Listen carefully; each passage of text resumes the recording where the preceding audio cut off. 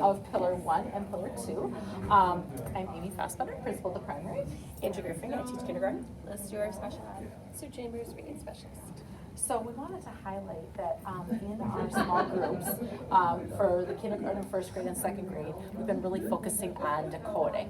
And what we're working on is each of the individual groups has a specific skill that we're trying to have the kids be able to read the words that are aligned to that skill, write the words that align to that skill, and read a text that also aligns with the skill. So for example, do you want to share? So in this kindergarten lesson that you're going to see, actually in this kindergarten reading, it's not a full lesson, these kids have been working on blending CVC words, so consonant vowel consonant words, and we're really focusing on the short vowels primarily. We're also beginning to start some letter blends and working on tracking the word, sounding, as Amy said, decoding, sounding out each word that they come across that they don't know, and then blending that into being a fluent reader. So the kids will be able to demonstrate that best. So.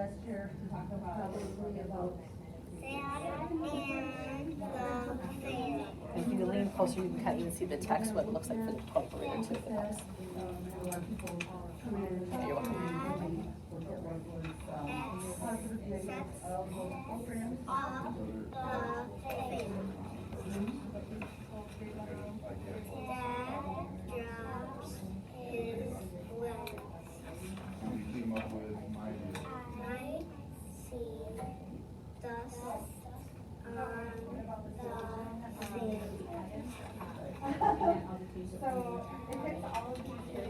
And then from there, we can go on to first grade, which again is building those skills. So in kindergarten, each of them, obviously we're going to continue to grow from there, but you can see the first grade readers. And again, if you, I don't know if you can see it really well, but if you do want to look at the decodable text, it just kind of helps show you, yeah, the skills that they're working on. This is the first grader.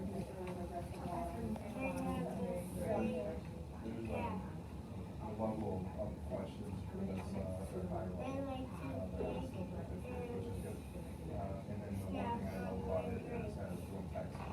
and as you look at the decodable readers, there's more text, obviously, in each of those pages. The storyline is a little bit more complicated. The pictures have a different story that they're also telling, so the kids are reading the words, but they also have to be able to, take the whole story in context. And then from there, we have our second graders. So math, we're continuing with. The snakes make a snowman. You can see much more fluent reader to it.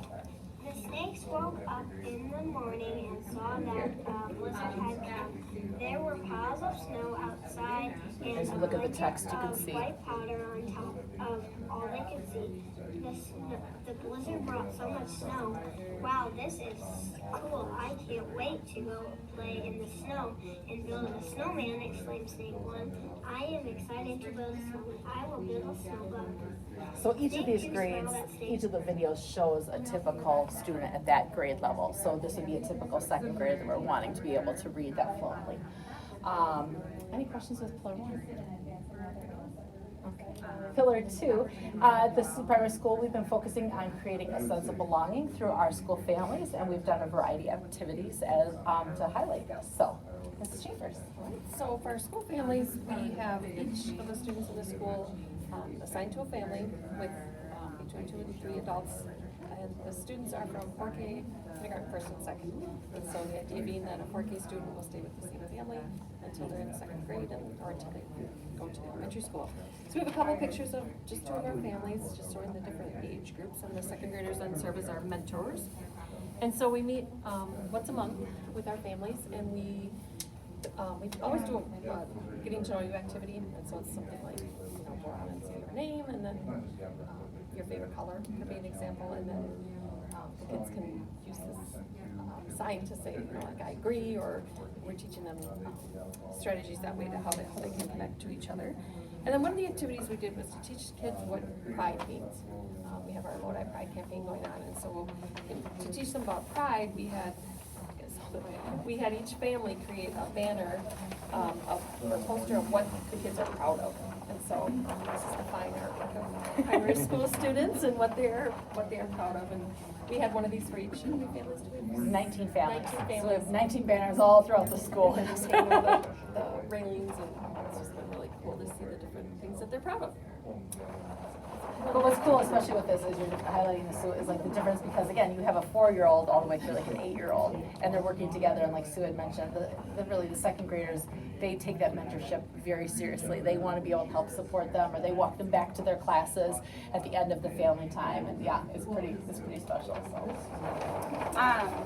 Something else that the primary school families did to go along with the What I Pride initiative and what it means to be part of a community is they they tied like tie blankets.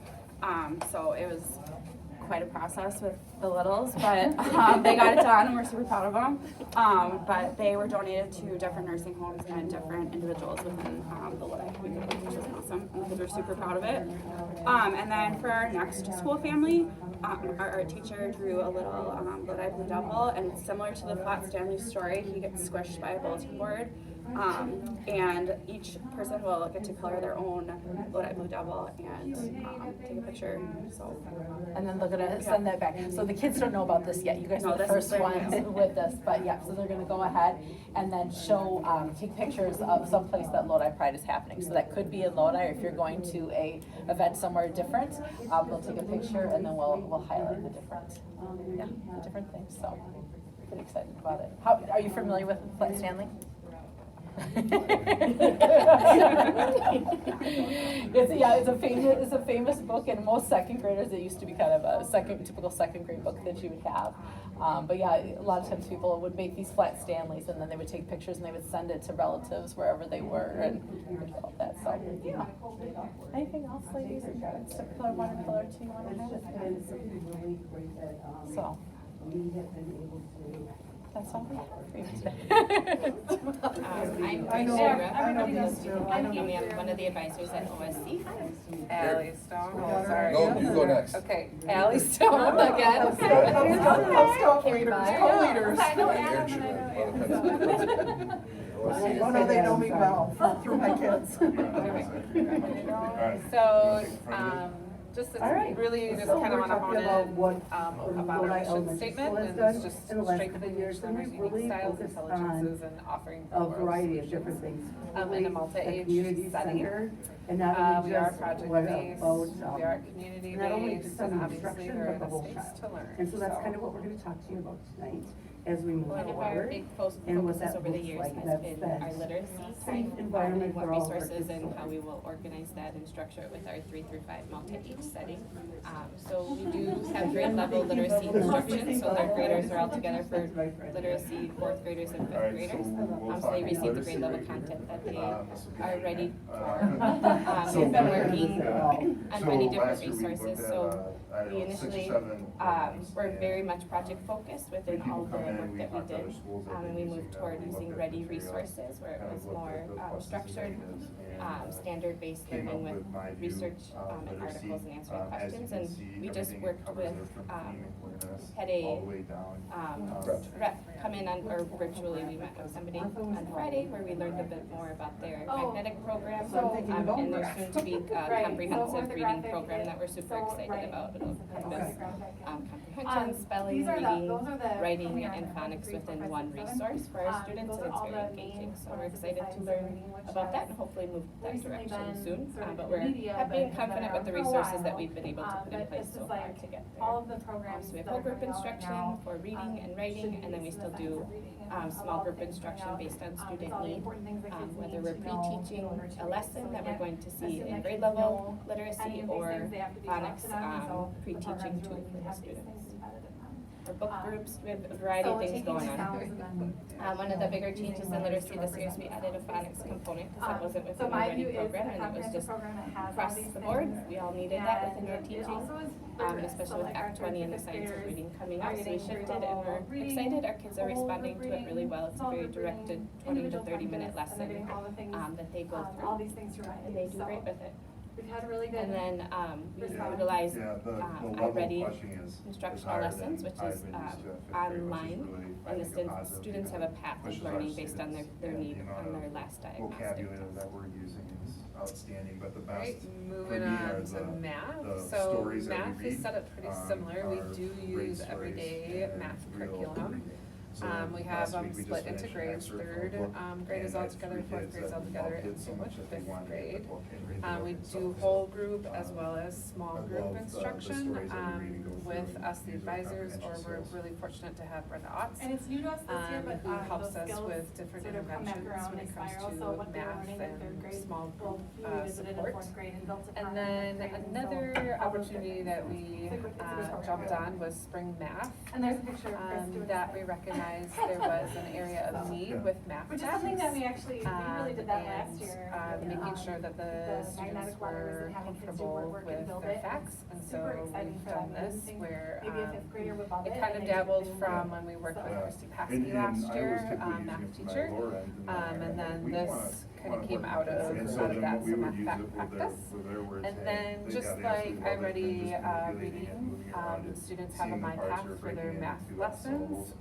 Here's a cute picture of one kiddo just keeping track of the lessons that he passes based off of what his needs are.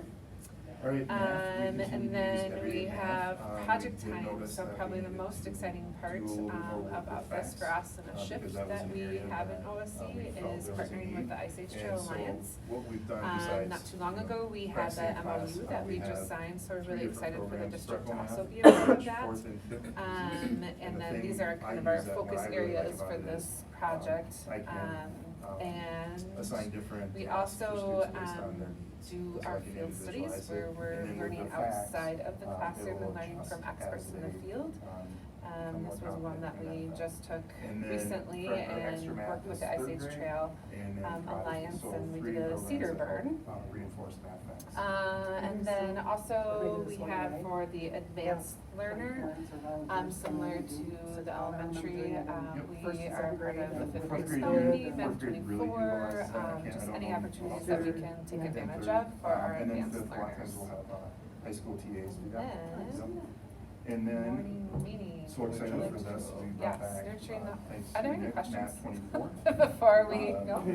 That again wanna is, Finish your presentation? Sure, challenging happy for to. our kids, but it's also great for all of our kids to. Our differently morning when they're meeting, looking at that's an the- opportunity to utilize the skills that we've learned in SEL, meet with kids, do a check-in, advanced just see how So things not are only are we going, focused on the students set the who, day up for success at for the them. lower end of what they need, but Typically, also that's the how students we that are conduct our how morning they meetings in each continue to homeroom. challenge them.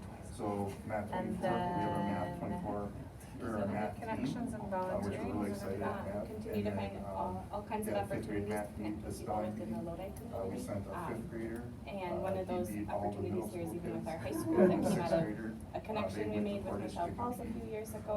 And so it's So just great seeing students that spelling bee come back. meet Math with their high 24, school Blue Devil and then buddies fifth grade math once a team. month. We go over there, and then once a month, First round. whether we go over there or they come to us, we do an activity together.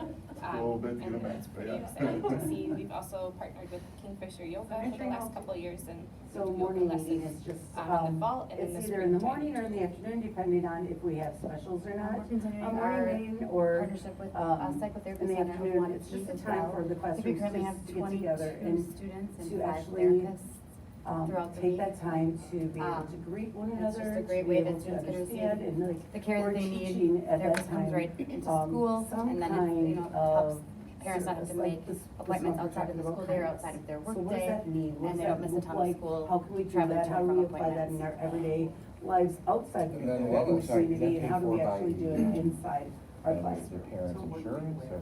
Yes. It would not And then be wellness, that we, way. as a district, had But yes, emphasis on yes. wellness this year, and some things Yes, we've done is, it's okay, but we're instead of a working on that birthday treat, we've inside encouraged, class and, you know, some activity, options, So that so morning if it's message, your birthday, you we can pick read the the game or students, the and activity to the cool do. thing about this Also, is our getting kids students outside take as much that as control, possible, whether it's in and the they school take forest, that, or and whether it's they'll on read the that trail, morning message, and then and also they'll caring for do that, staff. so that we're giving those kids and that utilizing the opportunity resources and we that have. leadership skill.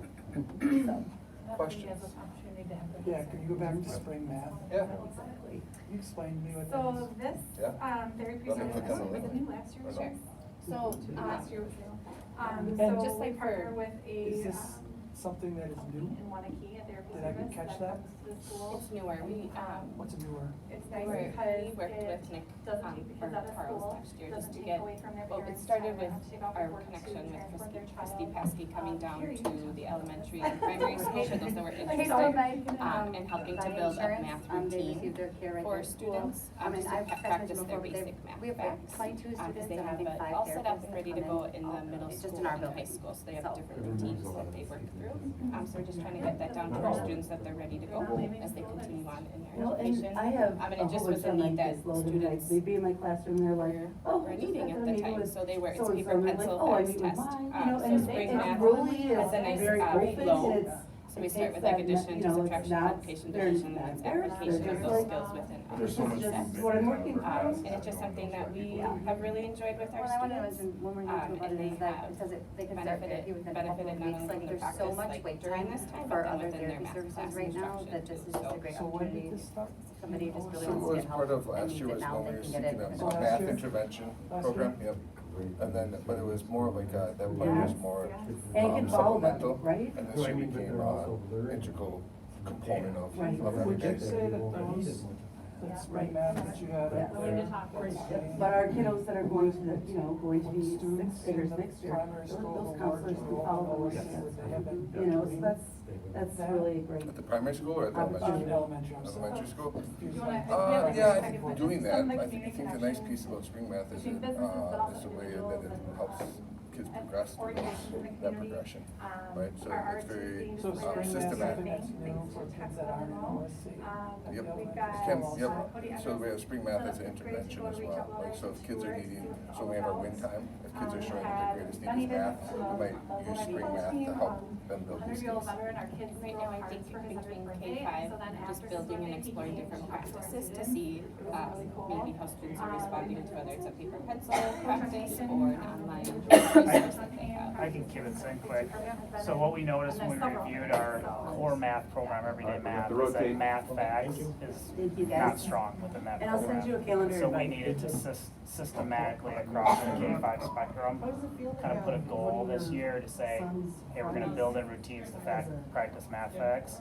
OSC had a jump on it. They started midway through last school year and they jumped and started using Oh, spring right. math. They're using some different products yeah. at the elementary school. It's It's good. kind of our Yeah, it's experimental good. year, It's and good. we're looking to get a little bit more cohesive in how we look at it. K-5 for 24, 25. And right now, it's a goal to get better at math facts, K-5 level. I think that's Cam and Dan. So one of the things with Yes. spring math Either is it has a it's fine. pre-screener, so we can pre-screen the students, and then all of a sudden it will populate like a pathway for that group of students based on the school year. Already based on their prior knowledge, so that pathway was personalized to OSC group. So is that something that's based on individual student needs or something that's based off more of a collective? We can do both, so we could like take a small group of students and we could do a pre-screener and it would create an individualized path for them, or we could screen like a larger group and it'll give a prescribed path for the larger group. Yeah. Good questions. John Collins, special ed. Katie Greer, literacy specialist. You're up. Okay, so in the last couple of years, we've really moved from what Lodi Elementary School and kind of thought of what really our vision we want it to be. And so what we've been looking at is looking at the whole child, of what that looks like is not only just academics, it's also looking at how we work together as a community, how we work together in the classroom, how we work together as a school. So, as we move forward, Pillar one, our biggest change. Take it away. So last year we looked at a new literacy program. We looked at 6 or 7, and we had reps come in. We had all the materials. We talked to schools that use those materials to find out what would best suit our needs here at Lodi. And we came to the conclusion that my view is our best approach to help our students with literacy. And Katie, you want to go? So, sure. When we're looking at teaching reading to students, a lot has come out in the last few years about the science of reading, and so we actually had a mandate come out from Act 20 that also mandates the science of reading, which it makes sense. It's how students learn to read, and we want to make sure that we're doing all those things. So the things that you see listed from phonemic awareness, word study, oral language, all of that down, Those are all the components, essential components that you should have in a science of reading program that's going to teach all students how to read. In my view, solidly has all of those components, as well as rigor. So we have all of our 3rd, 4th, and 5th graders are reading grade level material, authentic text that really has knowledge base and like comprehension questions that are going to get them thinking and talking and discussing and what they're reading. So we're feeling really good about it. The kids like it, the staff likes it. Yeah. It's a lot, but it's really a good program. The level of questioning is higher than I was expecting for 5th grade, and it's great because it's pushing our students to think beyond. And then what I really love about it, as she said, it's real literature that they're reading. For example, we just read an excerpt from a book last week, and I had 3 students that wanted to check out that book to read it because they're so excited about just that little part of it. And so we're reading real stories that keep the kids engaged. And there's a really great focus on that building of that vocabulary, especially for some of my kiddos that are struggling with that reading.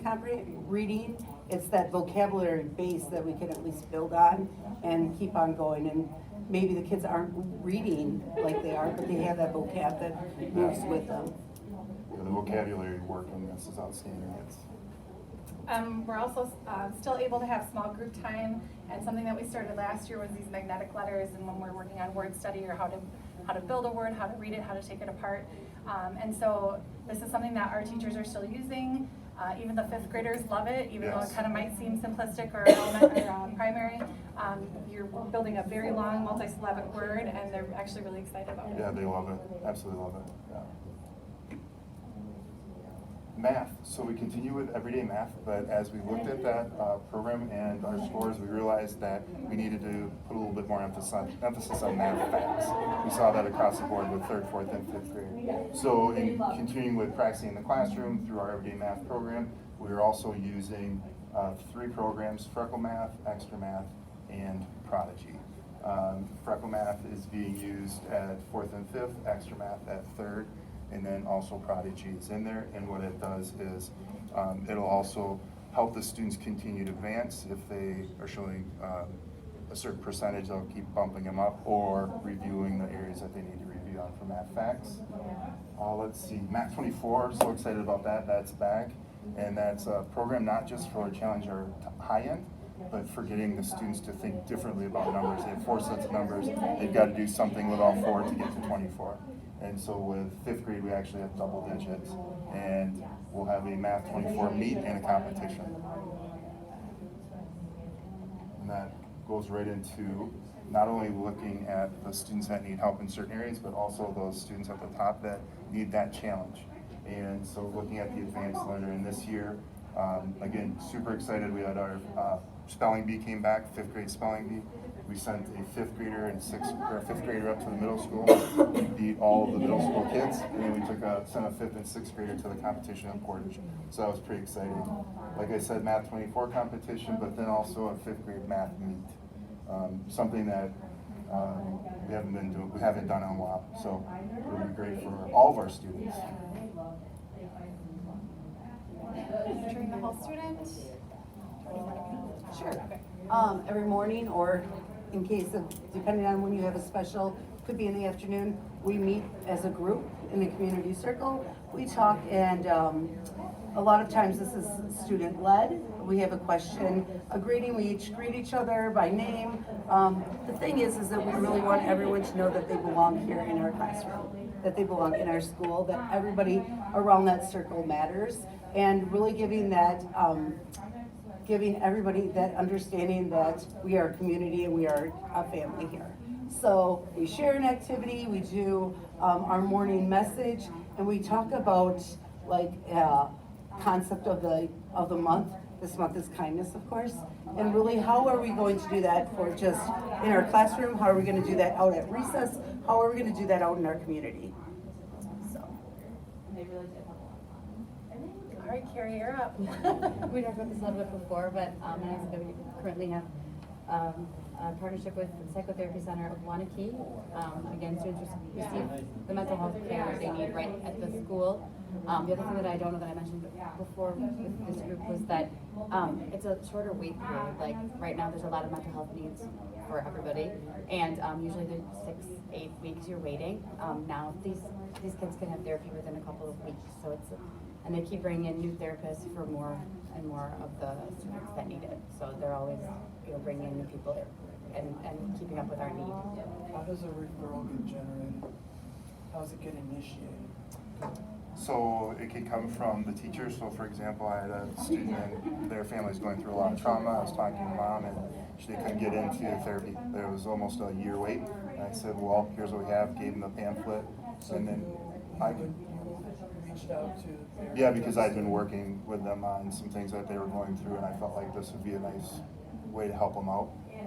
Also, parents can ask, because it's We have a resource, we have it's part of our resource page, so we let families know all the resources that are available to them. A lot of times they self-initiate, a lot of times it I'm curious, comes how many students did you say are? 22 in our building. So I'm just curious what percentage you think was initiated through by the teacher versus parent coming in and initiating? I think a lot of that is probably, I think it's pretty hard to determine which way because it all comes through conversations, right? We connect with families all the time.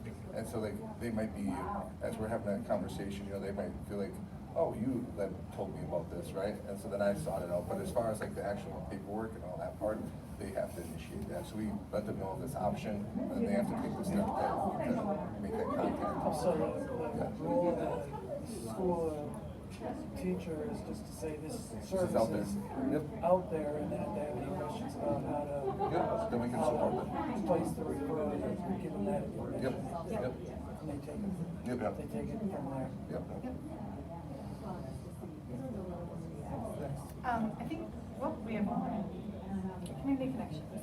So, community connections is a big part of this is bringing in businesses in the community and connecting our students to businesses, but also individuals and organizations within our community.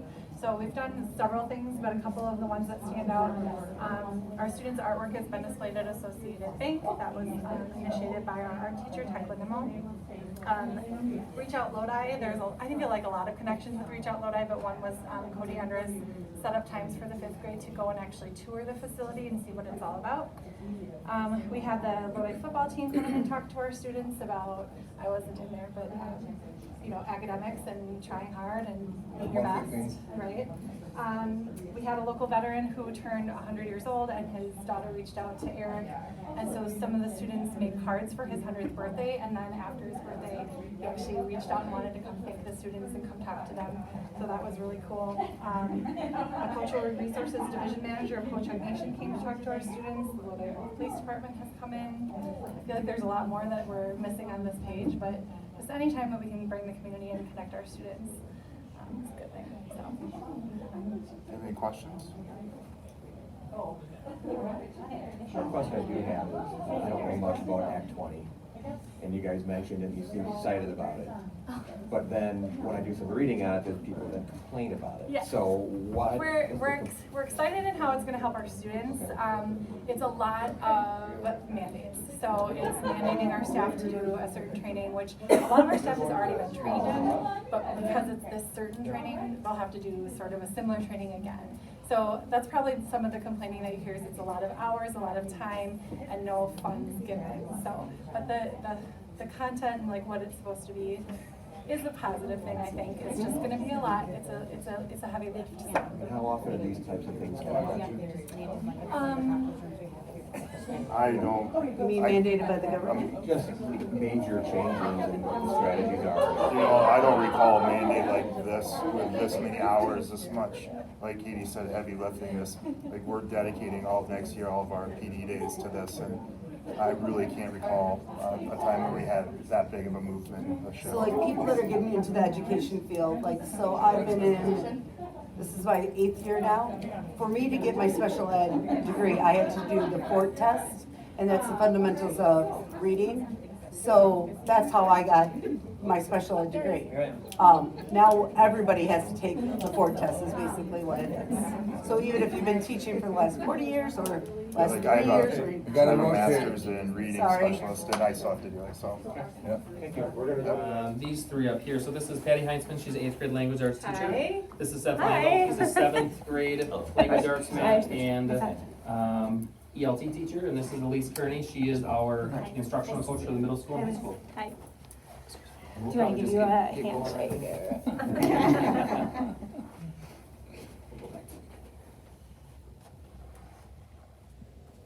Okay, so this is all about Lodi Middle School, and under Pillar 1, 2 of our goals focus on reading, and so we thought we'd make our presentation all about what we're doing to try to address reading. Under Pillar 1, we're going to focus on building skills, and we'll kind of run through a laundry list of the ways that we're attacking building student skills in reading. And then under Pillar 2, which is nurturing the whole child, we'll talk about love of reading, because we think that you have to have both. Students who love reading are going to be willing to put in that effort to gain skills, and students who have skills are going to naturally find more joy in reading. So here are some of the things we're doing to attack reading at the middle school. First of all students have a WIN class in the morning for 30 minutes every 4 days a week. WIN is supporting students in their reading level, and teachers are provided with standards-based lessons. All teachers in the building teach a WIN class, and we think that's important because then all students can see that their teachers value reading, and especially reading in their space. We're focusing on informational text, annotation, and vocabulary because those are the skills that students need when they go out the rest of the day into their other classes. In order to access all that other curriculum, they have to be able to do these things. 1 day a week, they work in a personalized pathway, which is an online program that tailors the things that they work on to their needs. And something that we think is important is that we work with students on goal setting. They take a fall, winter, and spring diagnostic, so we gear them up to take that diagnostic. And now they're old enough that they can receive those results, and we help them figure out what they need and find ways to celebrate and then set goals before they're moving forward. So that's a little bit about WIN class that all students have. So when it comes to disciplinary literacy, the ability to read and write isn't solely just for LA class. For example, if I'm in my math class, I use disciplinary literacy skills to break down problems, whether they be word problems, underlining, circling important text.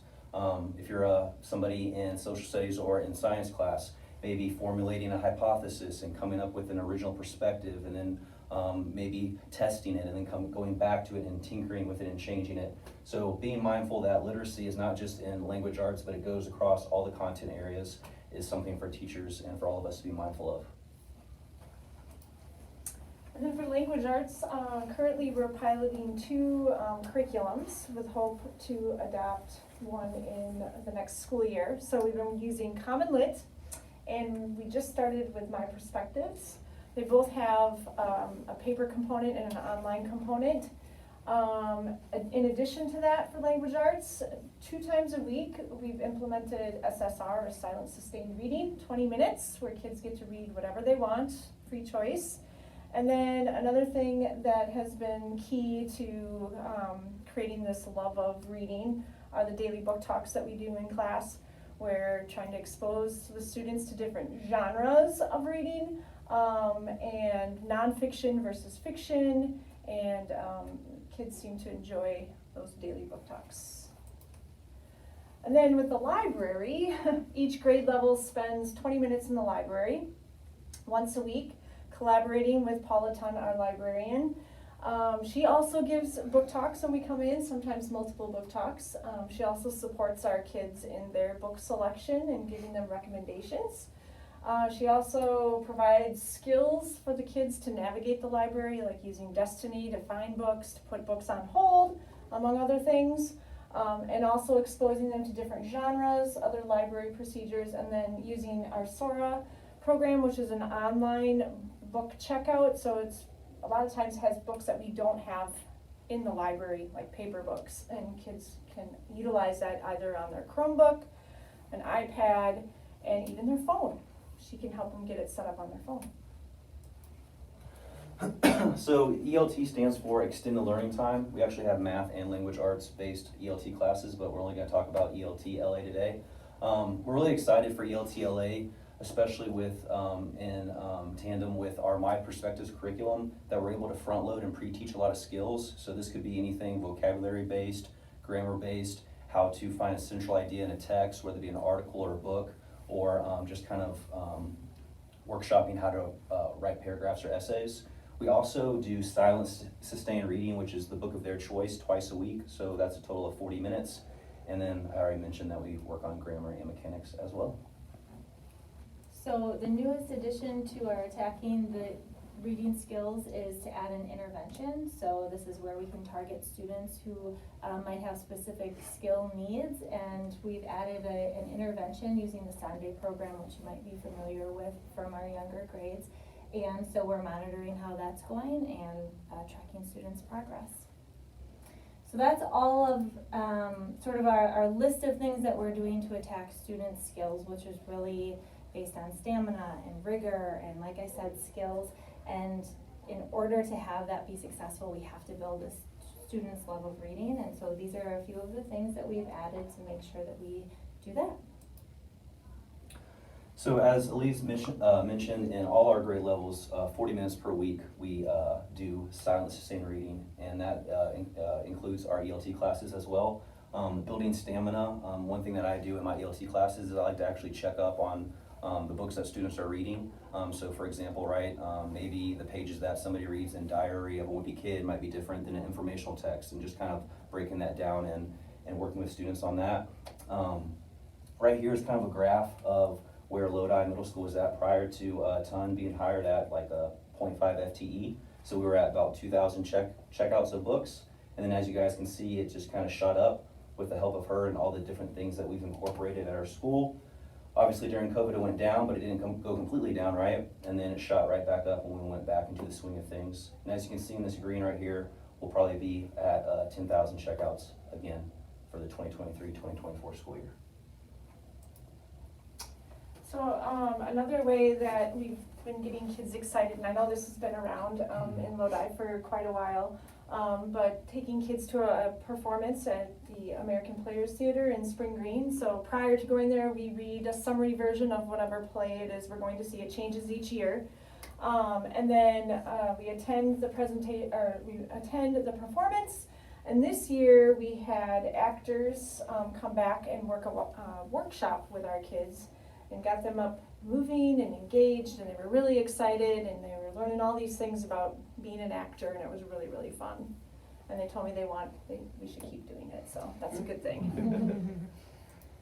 I mentioned WIN earlier when I was speaking, and each year during the fall and during the spring, we take a break from all that we're doing in skill building, and we have a week where we just celebrate everything reading. So this fall we had Tween Read Week. And probably the highlight of Tween Read Week was that we had a masked reader competition. So every day we had a masked reader who would have the Blue Devil hat on, would share some clues about them as a reader. And then the students would have, it was sort of a competition, they'd have to guess who it was. So you can see we had some of our well-known high school students, some past teachers, some current coaches, and really around the goal of making sure that every student could connect with one person in the video and sort of celebrate reading, especially in the adults in their lives that matter. And these are a couple of the other activities that we do that week to celebrate reading and make sure that it's social and fun. And then we also have in the spring, we'll have a Poetry for the Win week, which is similar, a variety of activities around celebrating poetry as a form of reading. So here are some examples of black belt poetry that our students did last year, and like I mentioned, a variety of other activities that we do during that week. There are some students who are so into books and reading that they're involved in Battle of the Books, which is a statewide competition. They're on teams, they have a list of books that they have to read, and then they compete in a quiz of sorts, and the best performing team in Lodi goes on to the next level. And just a huge shout out to Paula Ton, because she organizes this and gears students up for this. And then she also does Litwits, which is the middle school version of a book club. So again, a lot of credit to Paula there and her building the love of reading among our students. That was the first time we got through. Yeah. Fine too, now let's just do it again. Let's do it again, all over again. So this is Pillars 1 at the high school, preparing for the future and nurturing the whole student. So we're going to talk you through that. I'm Joe Jellick, principal at the high school. I'm Leo Olson, I'm a science teacher, and I'm also part of the impact team. That's over here. All right, so we've gone along almost every presentation, so we're going to try to get through it as quickly as possible, so you guys, if you have questions at the end, you can ask them. So preparing for the future. The first thing that I'm going to read to you is a part of our strategic plan in Pillar 1 for the high school, and that is during the 23-24 school year, each core academic content area in math, science, English language arts, social studies at Lodi High School will continue with ACT College Career Readiness Standards, which has been approved by the board in alignment activities. Now that's a lot. You might wonder what that looks like. I'm not going to go through every little thing that we do, but I do want to show you a strategy map that we kind of work through from the beginning of the year to the middle of the year, leading up the ACT at our junior state, all the way to the end of the year. So we do have PLCs, and that's where our departments meet and talk about standards and talk about what they're doing in their classrooms to make sure they're meeting these standards. And then there's a leadership team and testing team, which is basically some administrators and other people that are involved in getting our students ready for some of our standardized tests, including the ACT. Our juniors teachers do a lot, so because our juniors do take the ACT in the spring. During homeroom, starting in February, and even before that, they are doing activities to get ready for the ACT. Today, they actually, I don't know if you did that today, so you worked on your MyACT account, so Caleb worked on getting that ready. In the next couple of weeks, there'll be other videos that will be shared with them, and they'll be doing some activities during intervention to get ready for the test. There'll be a video that I'll create of seniors talking about their experiences with the ACT and what are some of the things that juniors should be prepared for. So these are some of the things, and I'm not going to read through all these, but these are some of the things that we do to meet that pillar. Okay, some other things that we're doing as far as career and college readiness and preparing for the future is we do have our freshmen through juniors work through a program called Zello. So it's called Zello Academic and Career Planning. It's something that the state pays for every high schooler to be able to go through. They can start at their freshman year, and they actually do work through it in the middle school as well. And our goal was to get through at least 74% of the grade level activities for all freshmen through juniors. They did actually work on an activity today, and there'll be, I think, 3 more times during homeroom that they'll work through activities.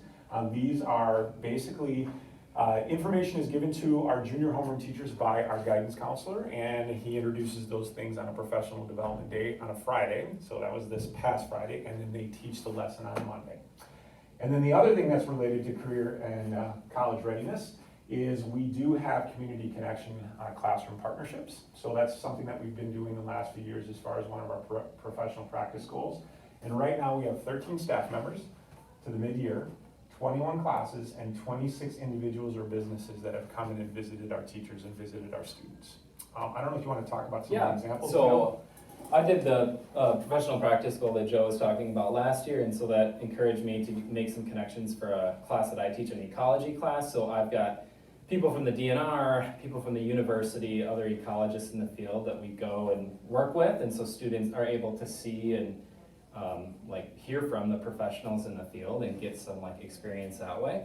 So that's been really helpful for them, and they can ask questions to that person, like how did you get to where you are, that kind of thing. So I know that a lot of different teachers have done a variety of things, and so it's just, again, really good for students to hear that from actual people that are out there instead of just hearing their teacher tell them, yeah, this exists. So other examples like Jamie Lick in the tech department, he has Stranded Roofing come in and several other businesses, people with different careers that are related to some of the things that he's doing in classroom. His classroom, Michelle Poles in health class. I know Dr. Chow comes in and talks to her students. I know a police officer is going to be coming in and talking about social media, safety, and things like that in the next couple of weeks. So those are really good partnerships for our kids. The other thing that we're doing, or we have done, and we're going to continue to do, is the career fair and the jobs fair. So career fair is something that we intended on starting 2 years ago, and that was going to be it. We weren't going to have a jobs fair, but I'll tell you why we have a jobs fair in a little bit. We had 34 individuals that came on the Friday of homecoming. Friday of homecoming is kind of crazy. So we start with the shaking his head. it starts with a career fair in the morning, and then we have our service day in the afternoon, and then we have a pep rally, and then we have a parade, and then we have a football game. So that's all in one day. I think the students really like it, and the teachers appreciate a day where they can just listen to other people teach in the morning and then take them out on service day projects. So like I said, 34 individuals, and we tried to bring in a wide variety of individuals that would be presenting. So we're trying to cover as many career paths as we possibly can. And then the jobs fair is something that we did not intend on doing, but when we started to plan the career fair, the Chamber of Commerce reached out to me, and they were very concerned about the number of employees, especially after COVID, the number of employees that our local businesses had. They were really searching for them. So they wanted an opportunity to come in and talk about the jobs that they could give to some of our students. And our students are always looking for jobs in the summer or beyond. So we decided to have a jobs fair. The mistake that we made with our first jobs fair is we had it in May, and most of those businesses had already hired. So they weren't really necessarily looking for a lot of our employees, but they wanted to come in, promote their businesses, and they did pick up a few of our students. Last year we had it in April, was much more successful. I think we had 15 kids that found jobs, so that was awesome. And this year we have it on April 11th, and we have a committee of teachers that are working on reaching out to as many businesses as possible, not just in Lodi, but in the surrounding area, to help our kids find jobs and also fulfill the need for the businesses. So that's the jobs fair. 3 minutes. All right, we're gonna move on to the next building. Oh, these are some of the pictures from the jobs fair. One of the things that's really cool about the jobs and career fair is we have former students. So there's a former student. This is a family of former students. 2 of them presented. Donnie Mankey up there, former student. That was our crew from last year. So a wide variety of people that presented at the career fair. So it's a really fun activity for our kids. They talk about it. They get to go to 5 different presenters during that morning. All right. Yeah, so then we got pillar 2. We've had a collection of staff really working hard this year on making our advisory program better. So in the past, we've taken some kind of canned lessons and implemented those. This group of teachers though is really trying to like hone it for Lodi and make it really relevant for us so that our things that we're doing in advisory are like more engaging for students. As an impact team, we selected some goals from our Satchel Pulse screener, which is the screener that students get the beginning of the year, middle of the year, end of the year, related to social emotional goals. And I think there's like 18 questions on the screener. We just selected 3 from that. And so these are the 3 we selected as like kind of our focus ones. And so students took the screener, staff or teachers of students also like answered all those questions. And so the data you see here is kind of a combination of that. And so our goal based on our baseline data was to increase by 5% in each of these 3 objectives, right? So that was the beginning of the year. And then our mid-interval, we've hit that 5% goal in these 2, I can stay calm when other people or things are bothering me, or I set goals to help me achieve things that I want to do. And we are on the way for the 3rd one. I continue with work/tasks even if they get hard. So that's our status right now on that. And the scheduling advisory is a little bit different than last year. So last year we did it every Monday. So they would go, and we actually started advisory right after first block at the beginning of the year. People were not a big fan of that, so we moved to the end of the day on Mondays. And then we decided to pull back just even a little bit more. So it's like every other week we have advisory. We'll take them through a lesson and do some, more than anything, community building activities. So. And then the other thing related to this is opening up our gym during lunchtime, just to allow students some like movement break. We can tell that that's definitely a need, is for students to get around and move, especially some of our 9th graders that feel a little squirrely at the last like 10 minutes before they're dismissed. So that's been really nice to have some students have the opportunity to do that. Just on B days, so like one of the 2 days. I unfortunately supervise during A days, and I wish we could get them in that day too, just so to have that day, but it's nice to have the option. Our PE staff has been really supportive with that. And this spring, when the Phi Ed classes will go outside a little bit more, it will open up the gym during lunches for a couple of those other lunches, whether it's an A or B day, first or second lunch. So we're hoping to get more kids in there. So that is that. You guys have any questions for us?